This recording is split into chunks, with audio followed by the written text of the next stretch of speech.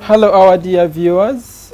My name is Jimmy Chirumira. I'm one of the lecturers at Victoria University. Together with my colleague James Katerega, we shall be taking you through the basic principles of first aid and home accidents. It is very important to talk about home accidents, but just like in any other condition, there is what we refer to as the epidemiology of a disease. In other words, how bad is the disease or how bad is the condition in our setting. Now, the fact that most of us are at home, given this COVID season, it is very important for us to know that worldwide, the accidents are actually one of the greatest contributors of deaths.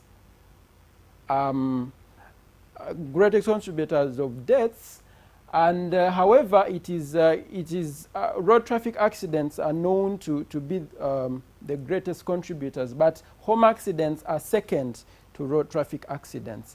And particularly in low-income countries in the sub-Saharan Africa, we have more of children, and most of the people that we have are actually less than 18 years. And to go more specific, in Uganda, home accidents, or what you would refer to as injuries at home, basically contributes to a burden of disease, contributing to about they are the fifth leading cause of premature deaths, according to one of the studies that have actually been done in 2006. Now, the commonest injuries that we actually have are bites, cuts, wounds, superficial injuries, falls, and majority of these are actually occurring at home.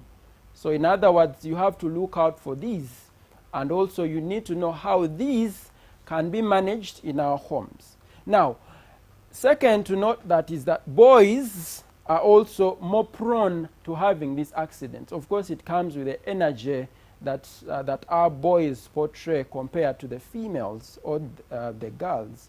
It is also important to note that in older children, we have more home injuries like fractures. These are from falls, like for example, someone falls from a tree. We also have things like cuts, someone being cut by a panga, or any other sharp object that might be around home. Right? We can have bites from snakes, but we could also have things like maybe as you're riding, you fall off a bike or something like that. Yeah? And then it is also very important to note that young children are more likely to suffer from burns. Yeah? In other words, like a child, this child who is maybe under or maybe less than 2 years, whenever probably they are cooking at home, then he or she pulls maybe water or anything boiling, and then the child ends up being burnt. Then choking is also very important. Poisonings, this is where you find that medicines are probably just kept, and then the child comes and probably takes these medicines, and the child ends up being poisoned. Yeah? And this is very, very important in the young children, yeah, compared to the older children. Right. Now, to our dear viewers, I want to ask you about 4 questions. If you don't mind, you could please answer us or tell us what do you think first aid is? Why do you think we actually give first aid? What is the aim of giving first aid? Yeah. What are the principles of giving first aid, and what are the responsibilities? What is that person whom we call a first aider supposed to do in this situation of home accidents? Remember, we are talking about home accidents, but after someone is injured, you need to come to their rescue. In other words, you need to help them. So it is very important. Ponder on those questions as we go through one by one, and then we shall basically see what it entails. Now, when it comes to the definition of first aid, you realize that it is very important to define first aid. Yeah?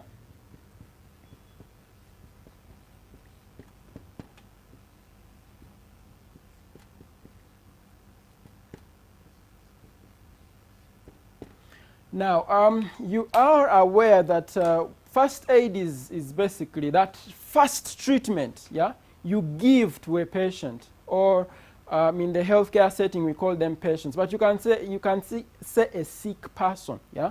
We give to a sick person until what we call professional help, or what we refer to as medical help, comes in, yeah. So we are talking about things like you basically use the available resources at home that you can be able to use so as to help this patient. And this is a definition by the International Federation of the Red Cross, yeah. So again, to recap, it is the first treatment that is given to a person who has just sustained an accident until you have medical help coming, yeah. Now, what is the aim? Why do we actually give first aid? One of them is to preserve life. In other words, if you don't give that first immediate treatment, then the patient life might not be preserved. We also want to prevent further injuries. We are going to see examples of injuries, and if you don't do immediate treatment or immediate help, then the patient is liable to have more injuries sustained compared to when you intervene there and then. Then we also do it to promote recovery. You'll find that most of these accidents can actually be managed from home. That is the very reason as to why we're actually here in your homes, to show you how some of these are managed. Then the other one is basically to alleviate suffering. Yeah, alleviating suffering is also one of the aims as to why we do first aid. Now, we want to look at what we call the responsibilities. Yeah, responsibilities of the first aider. In other words, what is a first aider supposed to do? Yeah, so we are talking about the responsibilities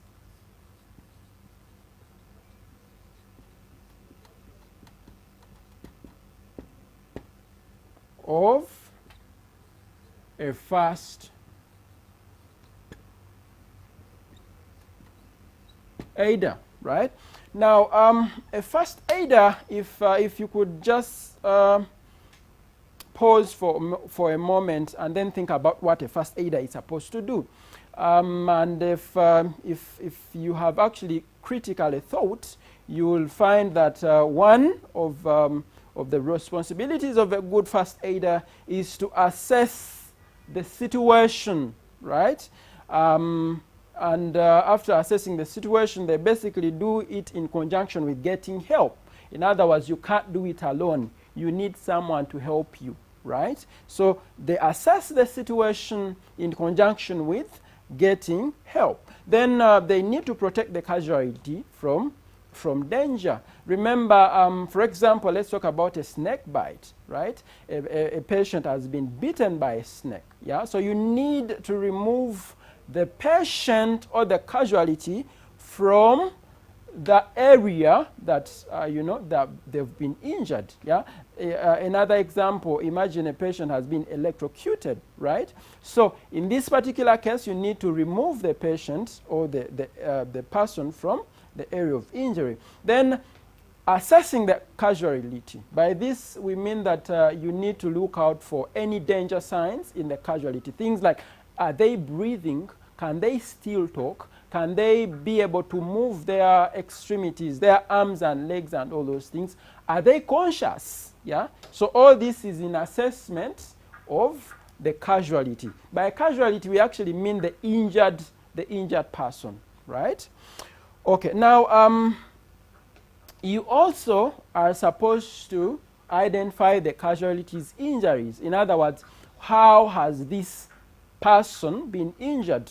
For example, if it is a fracture, you can actually see that indeed it is a fracture. If it is a wound, you can actually see that indeed it is a wound. Then you also need to provide treatment. The very first immediate treatment, you need to do that. You need to arrange for transport, yeah, to the health facility where this patient will be easily managed. Yeah. Then remain with the casualty. Don't leave the casualty. Even when you're going to ask for help. Yeah, do not actually go and let me go and ask for help. No, just shout, and then people will actually hear you. So it is very important that you do not leave the injured patient. Cross-infection is also very important. Do not soil the wound. Do not make sure that the wound is not actually infected, right? Now, let's talk about the principles of first aid. Yeah, one of them is you need to act in a humane and ethical manner. In other words, you don't need to conflict with the ethical rights of a patient, right? You need to act immediately. You don't need to panic, yeah, and you need to decide on what plan of care you need to take. Do not do any harm to a patient. There are some, I've actually observed a patient getting an accident maybe by the road, and these patients are basically lifted by the traffic and just put at the back of the car. That is basically, you need to ensure that this patient is not armed in any way. Then personal safety is very important to the first aider, and then you need to call for medical assistance in case it is possible. Then approaches and actions to first aid. What you basically do, you need to assess the situation, you need to call for help, you need to assess for any further dangers in a patient. Yeah, is this patient able to breathe? Are they conscious? Do they need any further assistance or any other thing? And then as a first aider, you need to begin treatment. We want to go through one of the first and main important topics as far as first aid is concerned, and that is none other than, can you guess what it is? Yes, choking.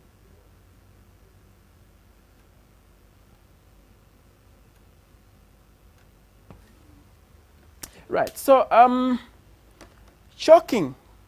Choking is one of the very first, very important things that you need to know. And when it comes to giving first aid, it is very, very important, because it actually, if it happens in a patient, it can compromise their airway. In other words, it can compromise the way they take in air. So as a result, this patient can easily deteriorate. This can easily go off the track to ending their life, right?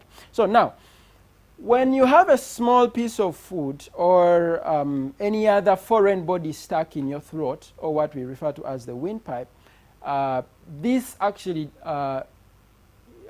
someone is unable to breathe, yeah? Because they are unable to breathe, then this necessitates that this foreign body or this particular piece of food should be dislodged. In other words, it should come out so that the patient can easily breathe.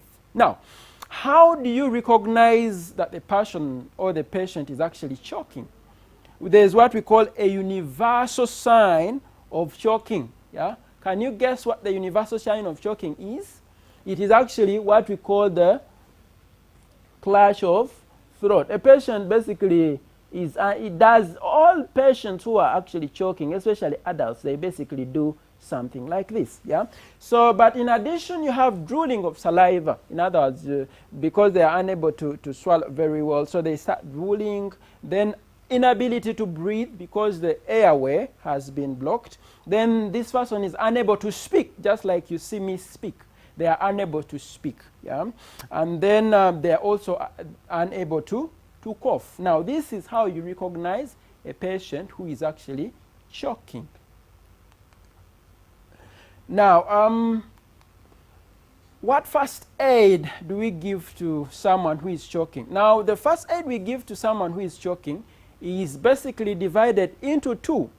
There are those, there's first aid that we give to infants who are less than 1 year, and there's that we give to children who are above 1 year, and also adults. So in children who are above 1 year and adults, it's basically the same. So let's go through one by one of these. It is very important, ladies and gentlemen, that if there is a foreign body, yeah, in this patient, You don't try to remove it by your finger. Never do that. Never try to do that. Otherwise, you would dislodge it to go actually even further, yeah, than it would be resolved. So now for infants who are less than 1 year, basically we give 5 back blows. As you can see, we give 5 back blows and then turn the child on the other side to give what we call chest thrusts. Chest thrust. Now you're going to see this in a minute being demonstrated in our patient. Now, in adults and children who are above 1 year, we basically do what you can actually see there. We have what we call an abdominal thrust, abdominal thrust, an abdominal thrust.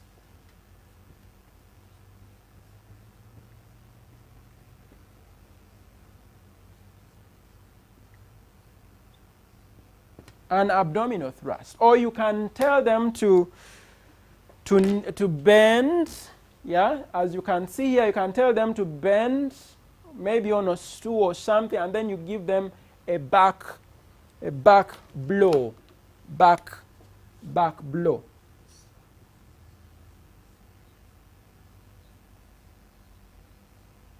Back blow at their back, right? Now this is how we basically manage patients who have or who are actually choking. Thank you very much, ladies and gentlemen, for your attention. When we come back, we are going to go through the other injuries and how their first aid is given. And our colleague, Mr. Katerega James, will take us through this. Thank you so much.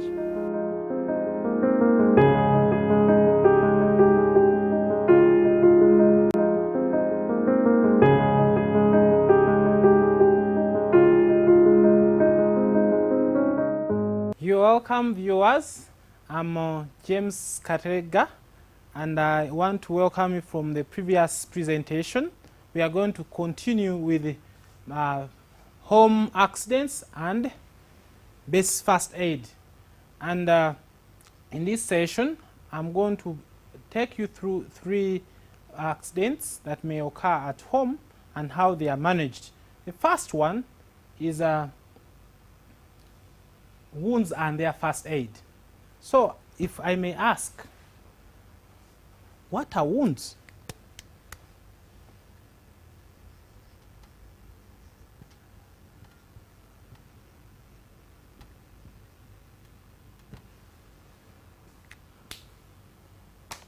Well, thanks. You could probably answer with your notebook wherever you are, but wounds are usually taken as a break in the continuity of the skin, and these wounds could be of different types. It could be a cut, it could be an incision, or something has bitten you and left such a wound, or a wound resulting from an accident, and many others. And these wounds can be managed at home using various methods. The first one, and well, we aim at stopping flowing of blood, and if possible, if you have gloves, you need to put on any glove. It could be clean gloves or surgical gloves. If you do not have gloves, you had better put on at least a polythene bag, because at least that will be the only one that you have at home. So, in that respect, we want also to cover these wounds. So, in covering wounds, when we want to add to manage this wound that is bleeding, we want to apply direct pressure. Assuming there is a wound on this hand, you want to apply whatever you've used to cover, say a piece of gauze, apply direct pressure at that point. Yeah, you could also elevate the hand with the direct pressure And also, if the bleeding can't be managed by direct pressure, you can apply a tourniquet. Now, a tourniquet, I'll show you that just in a minute in a demonstration, but something you can use to tie that part that is bleeding so that blood does not continue flowing. And that's how we actually we can manage wounds locally in our homes. Well, in the hospital, which is not part of our lecture, you do the dressing and other things. But basically, these are simple ways you can use to manage wounds at home. And we also want to reflect on another accident that may happen at home, which is nose bleeding. This could be common in some young children and could be caused by a number of things. Sometimes people pick their nose and cause bleeding. Sometimes if it happens in adults, it could be high blood pressure or other conditions that may result into nose bleeding. Now, there are 4 simple steps you can use or employ to manage nose bleeding. Now, I don't know if you can guess these steps, but probably you can note the answers in your books.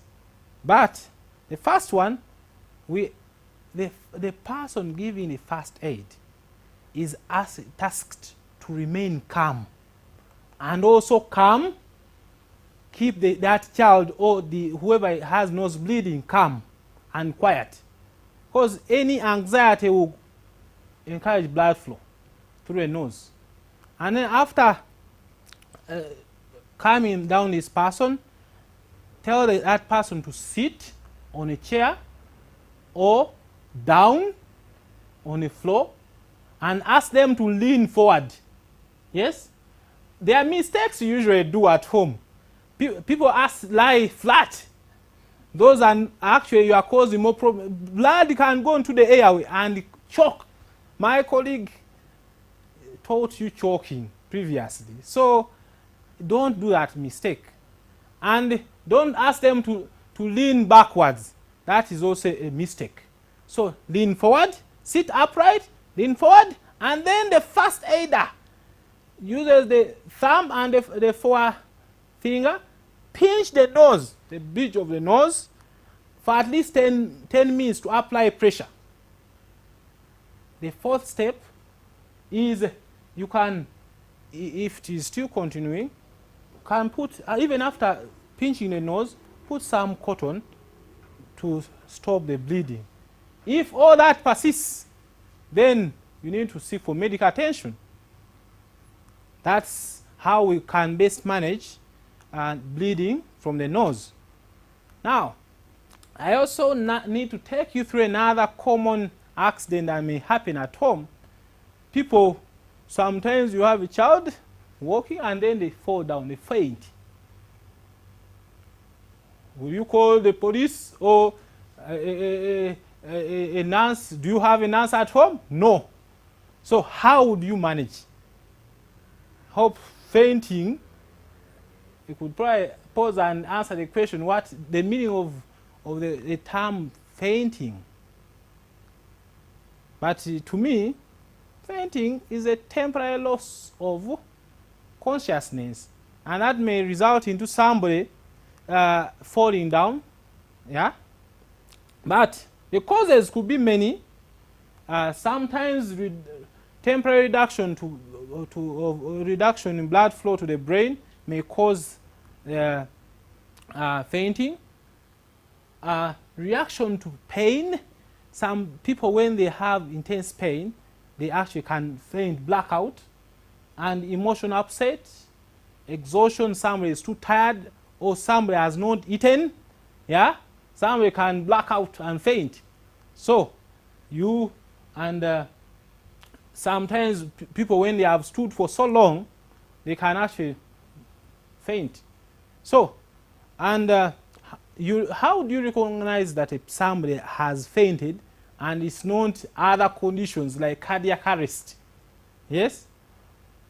So, recognition of fainting, we actually look at for these is usually a brief loss of consciousness. This is not prolonged. Yeah, and this person falls on the floor.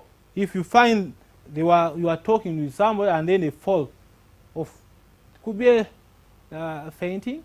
And if you check the pulses, I know mothers and the fathers or caretakers are taught how to check for pulses. Yeah, you can check here or here or and other points. Or sometimes they may look like they don't have blood, which they call pallor. Yeah, and so if you have such a client, how do you care for them? How do you give them first aid? If you've not been with that person, it is best if you find them fallen, they are fallen down, you need to assess. It could be they could have been electrocuted, and then you rush and touch them and also go. So it's best you first assess the environment, the situation, then assess the responsiveness, call them. Some of them may, to show you that they have not got cardiac arrest or that they are still, alive, they may be hearing and then groan or try to turn with a lot of drowsiness. And then you need to call for help. Sometimes you never know what may happen after. So call for help. Those who are around can come and help you, and keep checking that this client is breathing. And it is important that you keep them calm. The more you cause anxiety, this client may think the problem is bad. If things don't work out and this person remains in that situation of unconsciousness, you actually need to start what they call CPR, cardiopulmonary resuscitation, where we actually now start pushing the chest. In one of the videos, probably in our series, we shall teach you how to do that. But that's how you would actually do approach that casualty. So it is important.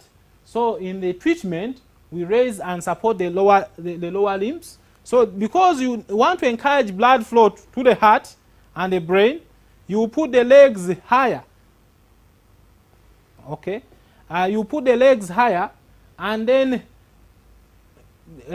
open the windows to get fresh air, and also assist the client by reassuring them so that things are going to normalize, and then you treat any injury that may have caused that. The patient, that person who has fainted could have lost blood if they had a wound, and then that you try to address that.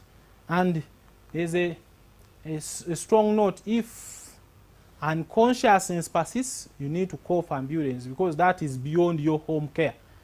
Now, we want to go to our next accident that may happen at home, which are fractures. My colleague told you in his opening remarks that fractures are among the commonest accidents that happen. Because our boys, girls climb trees, they are liable to falling down. Yes? So, and they play football. So, they are likely to get such accidents. So, we want to look at fractures. And, well, to pose a question, we would ask, what are fractures?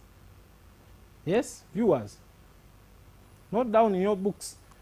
Now, fractures are just a break in the continuity of the bone.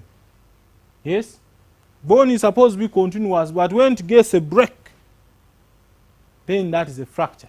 These fractures can be recognized by difficulty. If you find that somebody has had an accident, probably they are falling off a border or off a tree, and your boy was climbing a tree and they fell, you would, if you ask them to, you call them and they can't walk properly, you suspect that they have got a fracture.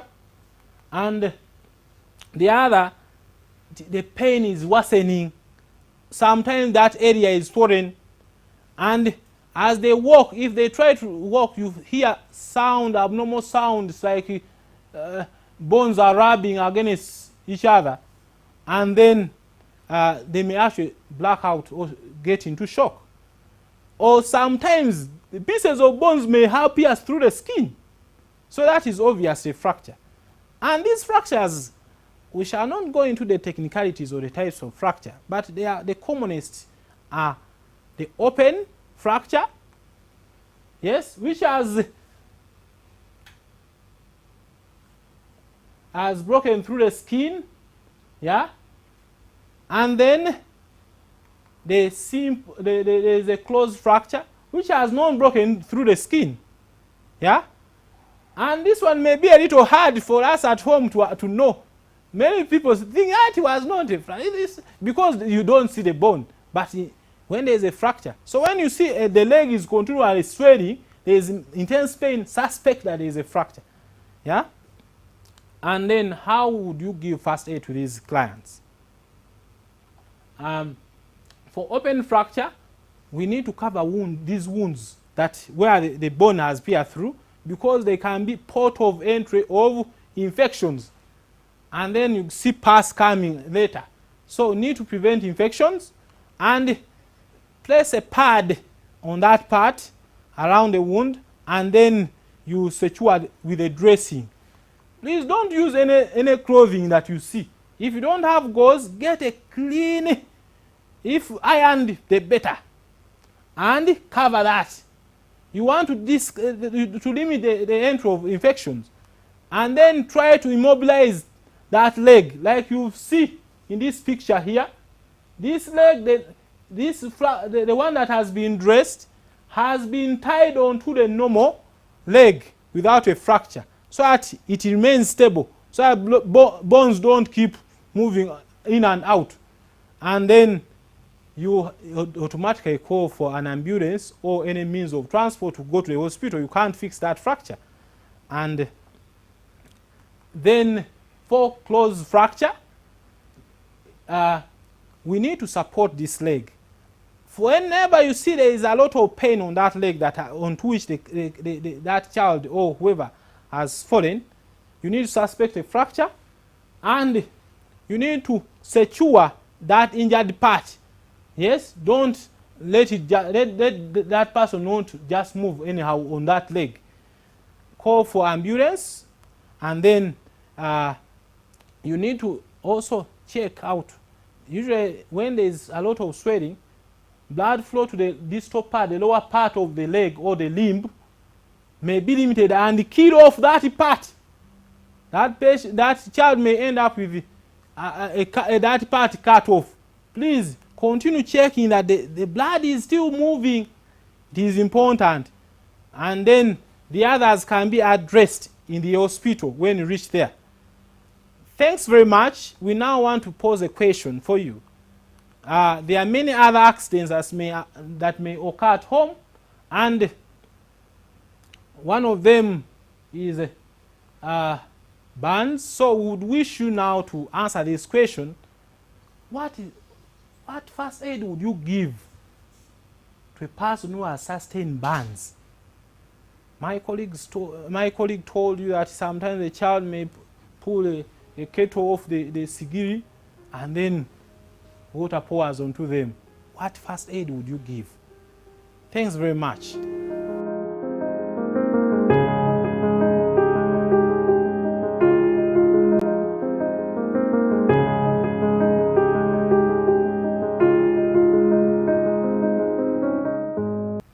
Welcome back from a break. Now I have my colleague Jimmy.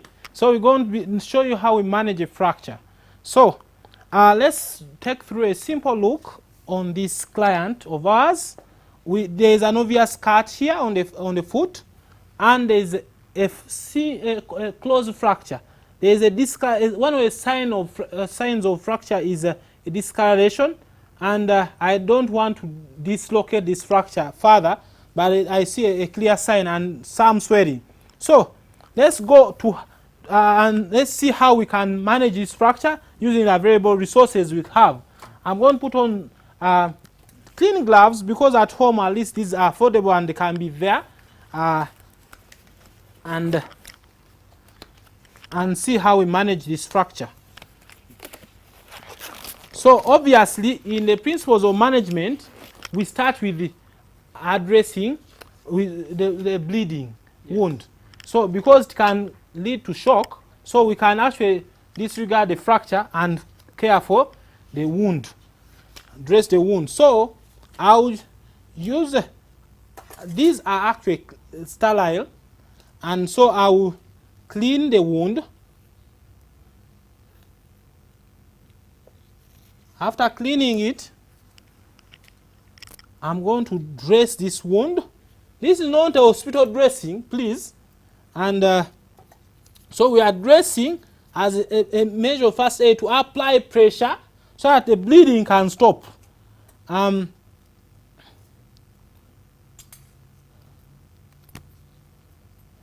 by the time we reach the hospital, the bleeding has not caused shock in this patient. So I'm going to apply pressure using this crepe bandage.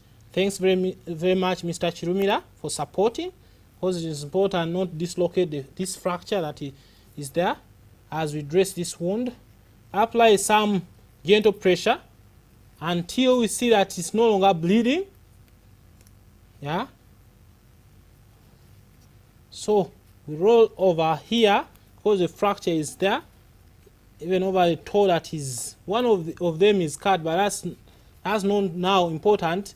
They will fix it in the hospital.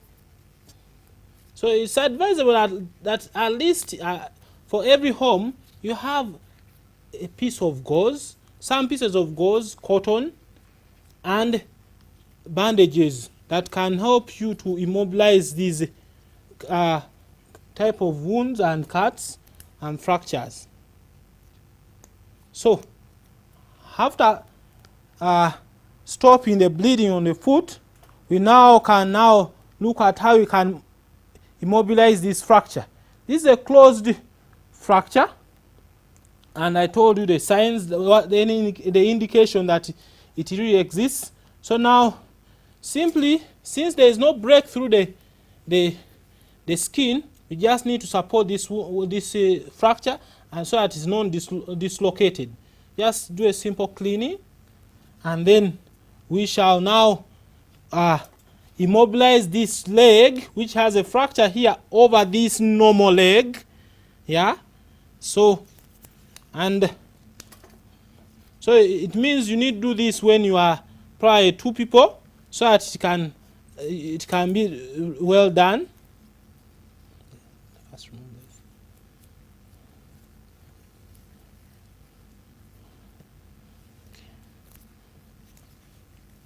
Okay, thanks very much, Mr. Chirumira. Okay. Okay. Now I'm going to make a figure of 8 so that I hold the toes together.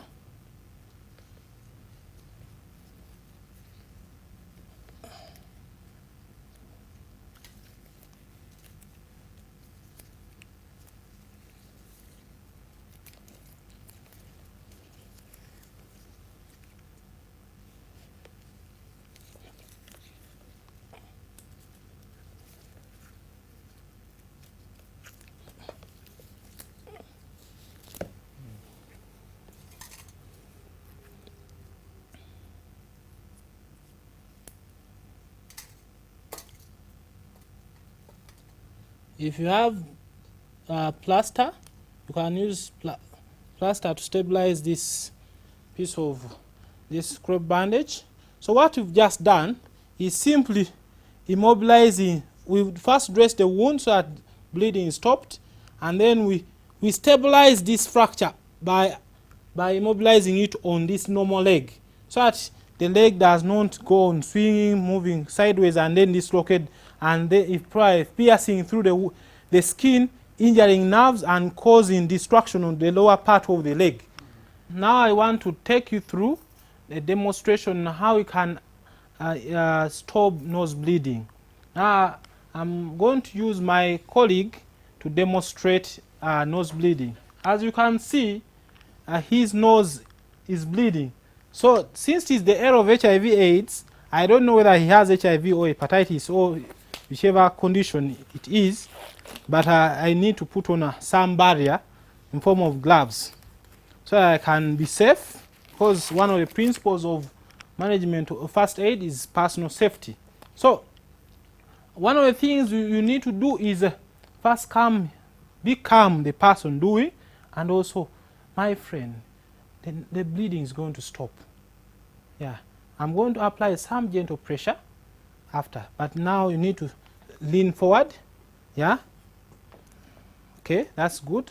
Now I'm going to apply some gentle pressure. So let me first clean. Oh, it is still bleeding. Okay, now my dear friend, I'm going to press your nose for 10 minutes. Okay, please breathe through your mouth. Yeah, so that you don't find difficulty in breathing. Okay, I think 10 minutes are done according to the clock. Yeah, now, thanks very much. I can see blood is not flowing. That's good. And now I would advise not to blow your mouth. If you feel like you want to blow, just breathe through your mouth. Yeah, so that the clot that has formed over there to stop the bleeding that is not dislodged. Thanks very much. You're welcome, our dear viewers. Before us is baby Jemima. She's actually, she's choking because she has a foreign body in her windpipe. Now, how do you manage this patient? Right, so the very first thing you want to do is to make the child lie on the tummy. Yeah, so you basically do something like this, turn the child like this, with the head slightly lower than the butt. Yeah, and my hand should be supporting the neck. Yeah, now the next thing I need to do is to give 5 blows at the back. Right, now the purpose of that is to increase the intrathoracic pressure so that the foreign body can jump out, right? Now, so we begin. 1, 2, 3, 4, 5. After that, you assess whether it has dropped out. If it has not, then you use this arm that has been hitting to support the back of the infant, and then you turn, right? So when you turn this infant, then you support the back, right? You support the back and the neck, and then you give 5 chest thrusts. So 1, 2, 3, 4, 5. After that, you assess for the object. If it's still there, then you repeat the procedure, right? So you repeat the procedure again, just like we started in the first place. You support, you put the child on the tummy, support the neck, the head is slightly down, and then you continue with the 5 back slaps. Yeah? 1, 2, 3, 4, 5. Again, you assess. Remember, we say that you repeat the procedure. In other words, you do the back slaps or blows versus the chest thrusts. Yeah, you repeat the procedure until the foreign body drops out. But if the child goes unconscious, then that basically means you need to start CPR, which is referred to as cardiopulmonary resuscitation. And for children for infants who are less than 1 year, for a one responder, you do 15 chest thrusts versus 2 breaths. Thank you so much. Now we are going to demonstrate how we rescue a patient who is above 1 year or an adult when they are choking. So let me invite my friend to demonstrate this. Thank you so much. Are you choking? Are you choking? Right. So you basically hold your palm, hold it like that at the level of the navel. Yeah, at the level of the navel. So you feel the navel, hold at the level of the navel, and then you push inwards. Right. So 1, 2, 3. Thank you very much, our dear viewers. My name is Jimmy Chirimira. Together with my colleague James Katerega, we have been taking you through this. Remember, the question that was posted to you, that we gave you, please submit the answers to one of our social media platforms at Victoria University. And please remember to apply for our courses. Please visit the Victoria University website and see the courses that are actually there. We have a Bachelor of Science in Nursing, we have a Bachelor's in Midwifery, we have a Bachelor's in Public Health, we have a Bachelor's in Human Nutrition and Dietetics, and a Bachelor's in Midwifery. Thank you so much.